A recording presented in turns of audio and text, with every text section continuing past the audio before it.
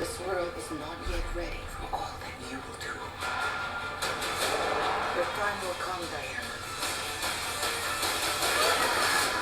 And everything will be different.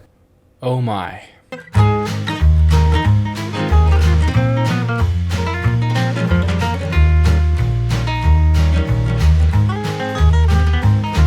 So recently I've been watching movies and shows I haven't seen, and while I was browsing HBO I realized the new Wonder Woman was out. Wonder Woman 1984. It was disappointing.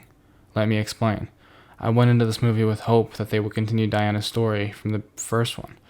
Diana would learn more about the world, Diana would start to realize her place in it, and we would see her grow into a more confident superhero and a more confident person outside of being Wonder Woman. Now listen, I wasn't the biggest fan of this movie, but if you loved it, and the story, plot, motive, and overall character arc in the movie was enough to satisfy you, then that's great. I'm not here to take that away from you. I could hate something you love. I could love something you hate. Art is subjective. I'm just here to share my opinion, what I felt, and how I felt about this movie. I absolutely loved and adored the first one. It was a fun, light-hearted DC story with a bit of action, and the pacing seemed fine. Spoiler alert, I'm going to be talking about everything Wonder Woman 1984. But Wonder Woman 1984 was a mess. Things happen way too quick at times, and then you have some scenes that drag on, then you have some clothing montage. First, Diana's a kid and learns that cheating is bad, then she stops some robbers from robbing the mall, then we're introduced to Cheetah, then we're introduced to the Mandalorian, then a magical stone that grants people wishes, then Max becomes the stone, takes over the world, asks everyone what their wish is. Cheetah and Diana fight in the dark for 30 minutes, and everyone takes back their wish, and oh yeah, Steve is possessing some random dude because Diana wished for him to come back, and then he leaves before the big showdown, the end. How the fuck is anyone supposed to relate to any of this? There is no emotional impact. Diana doesn't really change. Steve is there because reasons, and there's just nothing for me to grasp onto. We don't really get to see how Diana is feeling when she starts to lose her powers. We get one scene where she is angry for a bit, then right back to the Mandalorian and Cheetah. It took me a while to finish this movie because it's almost 3 hours long and a lot of the scenes are filler. Damn, that was some rant. But in reality, it isn't the worst movie in the world by any means, but it's very difficult to follow the plot when this pacing is this bad.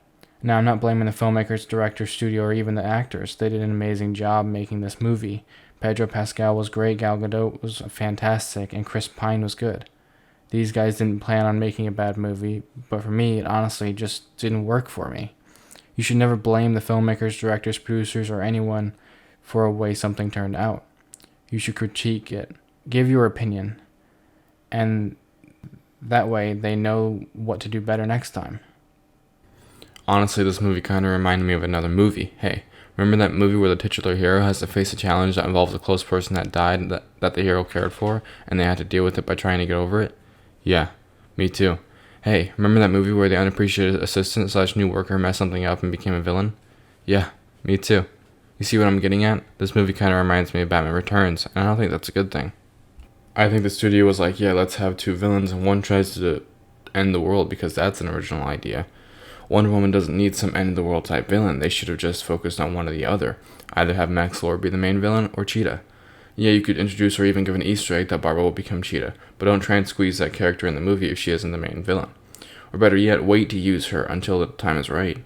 Like Aquaman, they could have waited to use Cheetah, and made a really good comparison between the two. But no, they wanted to blow it on the sequel.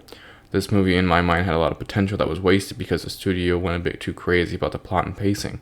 Again, I'm not blaming anyone, I'm just giving my opinion, my critique, on why Wonder Woman 1984 was a disappointment.